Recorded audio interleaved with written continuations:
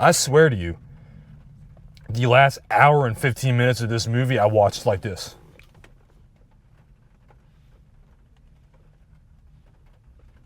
Big eyes, jaw open. What's up, AP Entertainment family?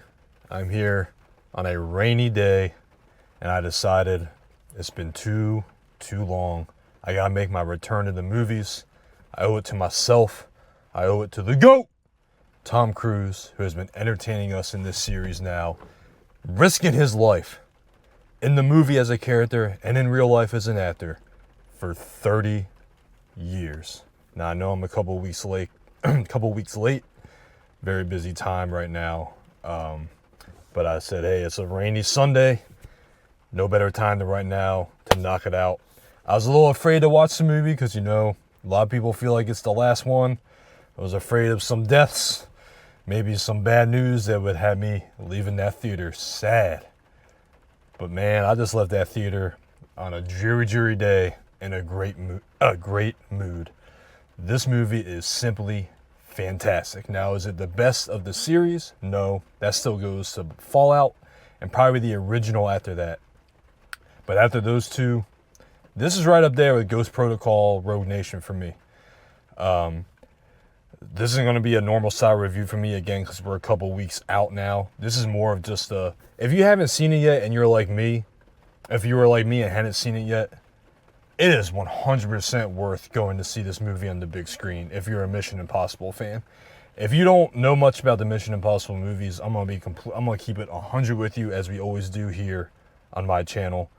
There's probably too much going on in this movie for you. It's pulling back to almost every film, some more than others.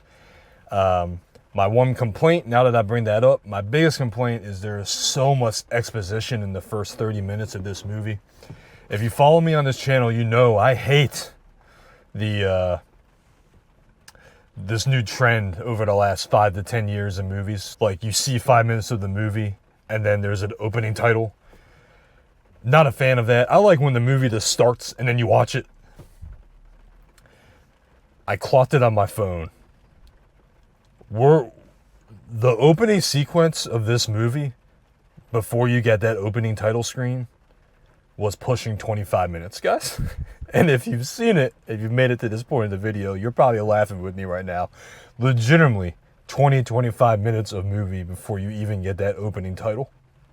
So much exposition, so much setup, and I'm sitting there like I don't really know why, because this was originally a part 2. So they wrote these two movies to be a part 1 and part 2. So when you're rolling into a part 2, you kind of got to know what happened in a part 1. Now, I know they changed the titles and all that to Dead Reckoning and now Final Reckoning, which I'm a fan of. This isn't a series that needed a part 1 and a part 2 at the end. It's kind of weird.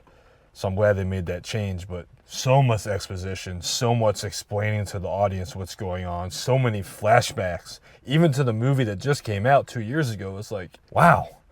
But once that opening title screen hits, and this is for people that have seen it and for people that haven't. This isn't a spoiler. This scene is in the trailer. The scene where all the heads of state or the heads of the U.S. government are talking and going over Ethan's file.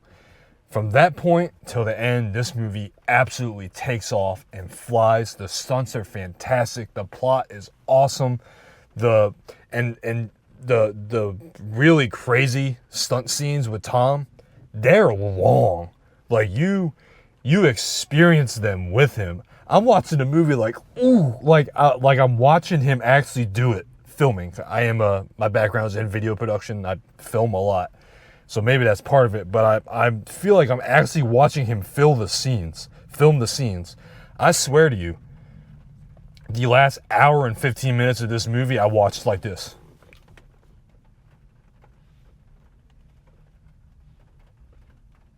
Big eyes, jaw open. Not exaggerating.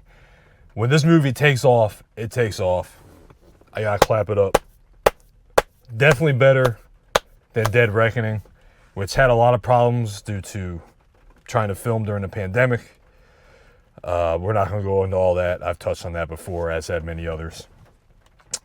Still like the movie a lot.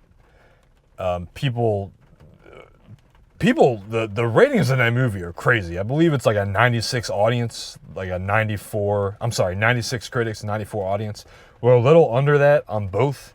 We're at like I believe it's a 79% on the critics right now and 89 maybe on the audience for Final Reckoning. This movie is flat out better than the one that came before it, and I would debate that with anyone that would want to. Part of it is a lot of the new characters we already know. We got introduced to a lot of new characters in Dead Reckoning. We got a little bit of a new team here in this movie. We're pulling some characters from different groups from that movie, and now they're like all together in this one.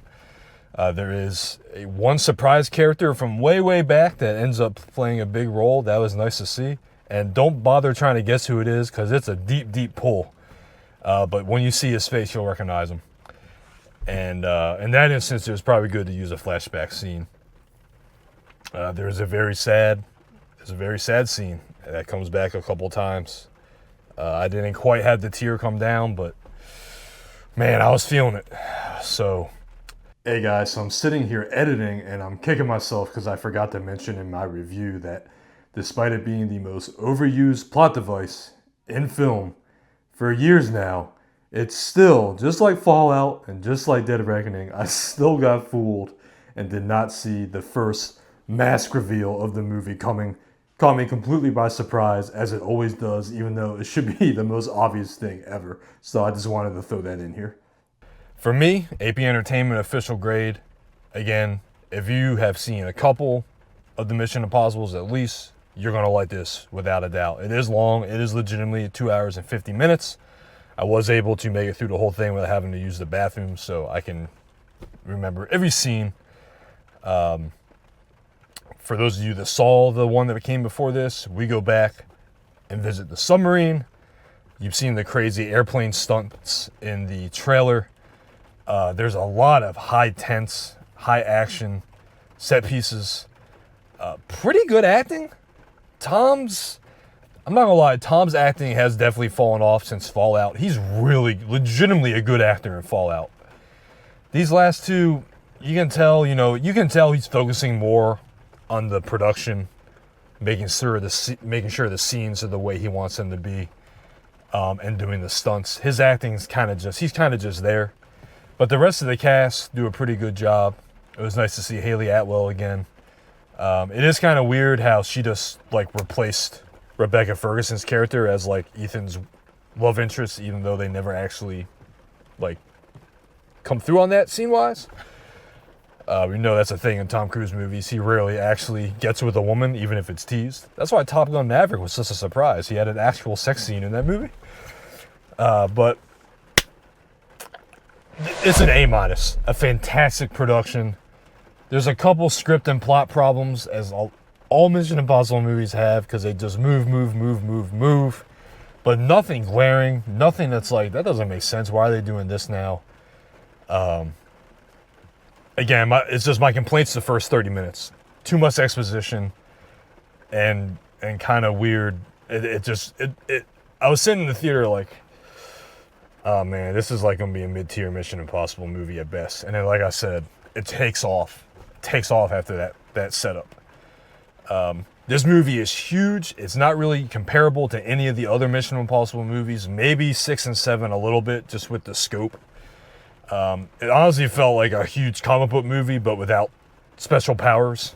So that was kind of nice. Like usually these huge like world-altering movies have like aliens and superpowers and all that, which I'm a comic book movie guy as well, but it kind of gets a little old. So it's nice to just see humans trying to figure it out. Yes, they have advanced tech, but it is advanced tech that, honestly, I wouldn't even be surprised if it actually exists these days.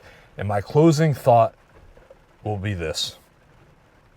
You idiots out there that are campaigning AI, trying to push AI to the full extent, this movie is going to happen in real life. And guess what? I highly doubt there's a real life Ethan Hunt out there to save the day for us. For that, I'm going to close. I hope you guys have a blessed rest of June. Again, A-. Let me know in the comments if you saw the movie, what you thought. And we've eclipsed the budget. This is one of the biggest budgets in the history of movies, $400 million. And I just saw, as I got out here, as we close the third weekend. We have eclipsed that. We're at 450. So with marketing and all that, still a long ways to go for this movie to make money. But it is good to see it eclipse that huge budget that some people were worried about. And this is a movie that's going to pay dividends for decades to come on Paramount with streaming and like going with all the other Mission Impossible movies. So I'm not convinced this is actually the end. There's definitely, they definitely didn't end it that way. They marketed it that way, but they didn't end it that way. I think it will, if it's not the end, it'll definitely be a while.